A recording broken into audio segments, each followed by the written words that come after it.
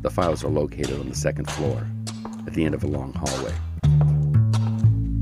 The fluorescent lights above flicker on and off. Open the door on the right.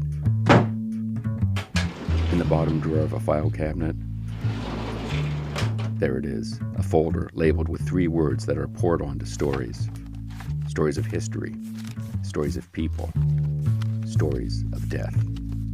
I'm Luke Poling, and this is Famous Last Words.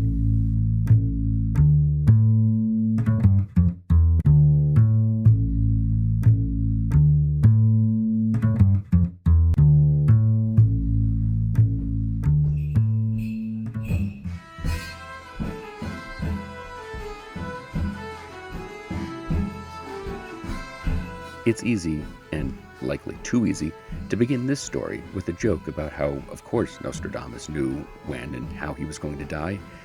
So perhaps it's better to stick with what is known about Michel de Nostradamus and what he actually wrote.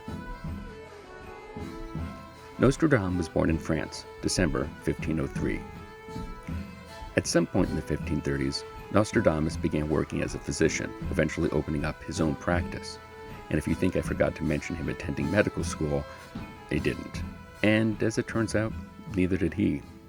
Well, he did attend medical school, but he was expelled for working as a pharmacist, as well as for slandering doctors. After his expulsion, Nostradamus continued working as a pharmacist.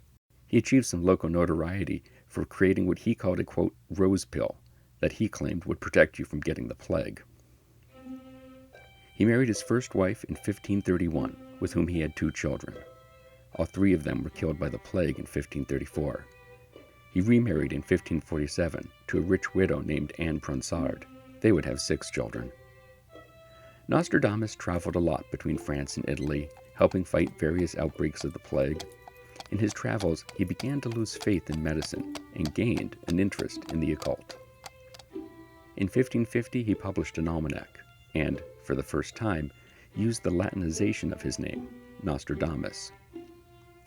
Almanacs usually contained information like weather forecasts, gave advice on good times to plant crops and the times for the sun to rise and sunset. Some also included predictions. The first almanac was such a success, Nostradamus decided he'd write one of these each year. In just his almanacs, Nostradamus made 6,338 predictions, or prophecies.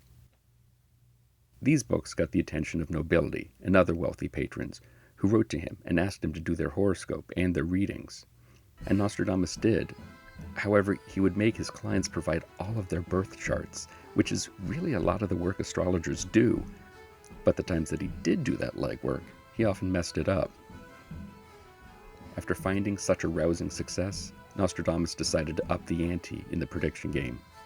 He began writing a book that would include 1,000 prophecies, and these are what he's best known for to this day. The prophecies were written in quatrains, that is, 4 lines of verse that rhymed. To make some of his rhymes work, Nostradamus had to use other languages like Greek, Italian, and Latin, in addition to French. And even then, there's still one quatrain that doesn't rhyme at all. Not to threaten anyone with a good time, but if you actually read the quatrains, you'll quickly notice a few things. First off, a bunch of the predictions are simply cut and pasted from other books. Also, they're incredibly vague. And if all of that isn't questionable enough, not one edition published in his lifetime contained the same quatrains, meaning that at some point along the way, someone else decided to rewrite a few things.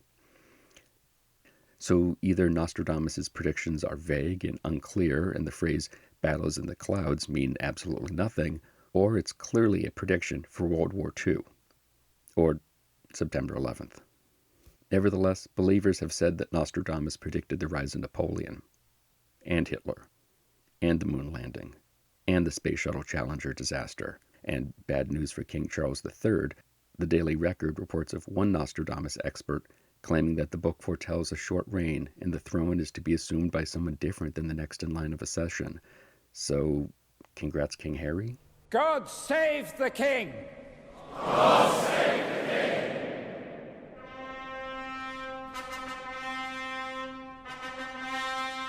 It should also be noted that this last year, the same expert said the same quatrain, predicted that William would assume the crown, bypassing Charles completely. But back to the publication of the book.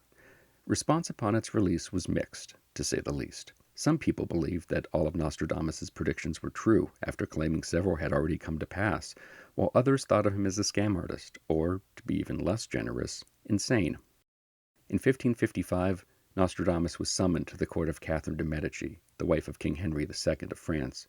She was a big fan of the almanac, so much so that she asked Nostradamus to read the horoscopes for both her and her children. This is not to say he was a rousing success everywhere he went. He was reportedly worried that he'd be prosecuted for heresy by the Spanish Inquisition. By 1566, the gout that Nostradamus had been painfully living with for several years got even worse and made travel and overall movement difficult. This eventually led to edema, which is the buildup of fluid in body tissue, making limbs even heavier and making movement of the joints even more painful. On July 2, 1566, his secretary found Nostradamus dead on the floor, between his bed and a bench. Or, at least that's what we think happened. Details were changed in various accounts, most likely to fit a prediction. In his last words, Nostradamus made yet another correct prediction, or he was just plain lucky when he told his secretary, "You will not find me alive at sunrise."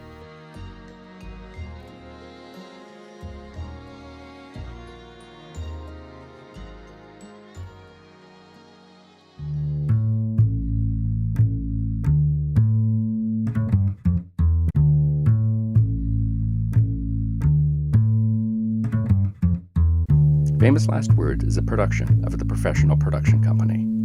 It is written and narrated by Luke Poling. That's me. It is produced by Heidi Hegquist and myself. Our assistant producer is Sabrina Thompson. You can find the show on Instagram and Facebook under Famous Last Words Pod, and on our website you can find full transcripts, credits, and much more, famouslastwordspod.com.